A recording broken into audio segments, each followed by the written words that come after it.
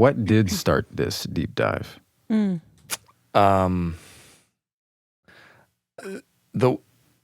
dive started in my 20s.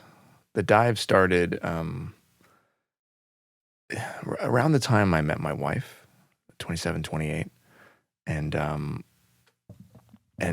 our very confusing early dating life. And Can I wait? Hold on. What do you mean? If you don't mind, what do you mean? I write about it actually in the final chapter. The chapter "Boys Will Be Knights." I knew immediately. That she was my person. It was like I just knew. It was like in every fiber of my being that I met my soulmate, and she didn't know, and nobody prepared me for that. Nobody prepares you for when you know with your whole being, and then the person doesn't know. And I was just infatuated with her. I was in love, and we weren't even full on dating yet. I just knew she was my person, and it was very confusing because you're taught in many ways growing up that as a man you should play it cool and not show. Of course, keep it all inside, not show too much. You don't want to be overwhelming. Earlier when you said that I'm very calm, that's all I'm doing. That's all you're doing? That's all I'm doing I've just learned to play it extremely cool. Don't let any feeling out. Don't let any feeling out. Anyway, go on. You're very good at it. You're very good at it.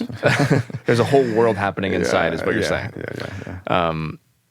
Yeah. So it was just really confusing. So I remember I talk about it in the book, and I warn young boys, but she called it my puppy dog phase, where I was just, like, if we went to a party, I wouldn't want to talk to anybody else, right? So if she left, I would look to see where she was because I'd be kind of inevitably bored with whoever I was talking to, and I'd want to go find her and be around her.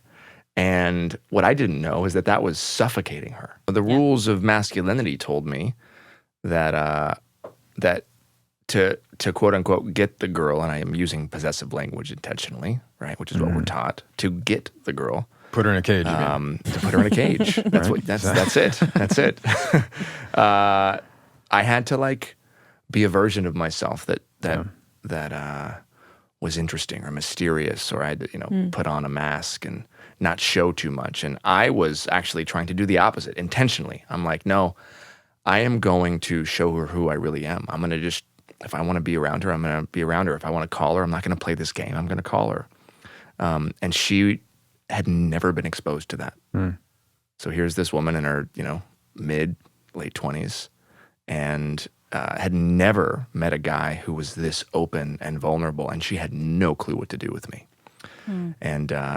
And so I was suffocating her with my passion and my intensity and my love, and it just it pushed her away. And then I didn't know what to do.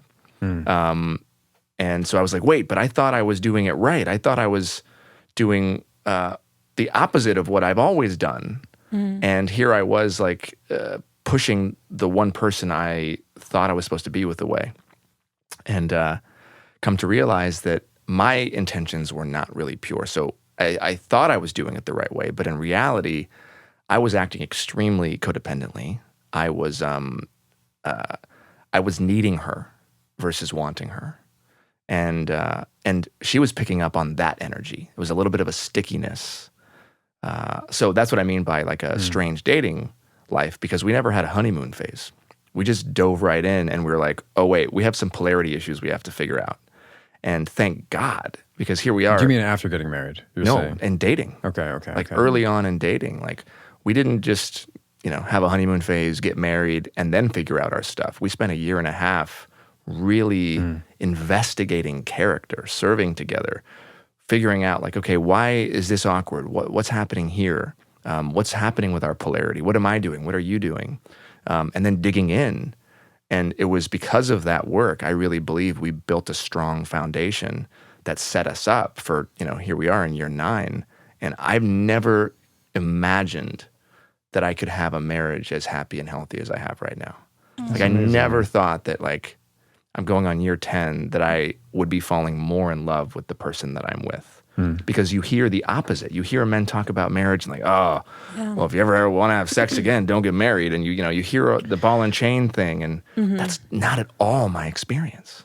Yeah, no, I mean, mine either. And I think actually the way growing up that all people, but particularly men, spoke about marriage to me. Yeah. I mean, like, it made you not want to get married. Well, beyond that, it also implied that the second you make a commitment, I don't know, like everything sucks and women become awful. And so there's so much that is implicit in saying that about marriage that actually, if you follow the logic, it's saying so much more than that. It really is saying so much more than that. It renders people into objects.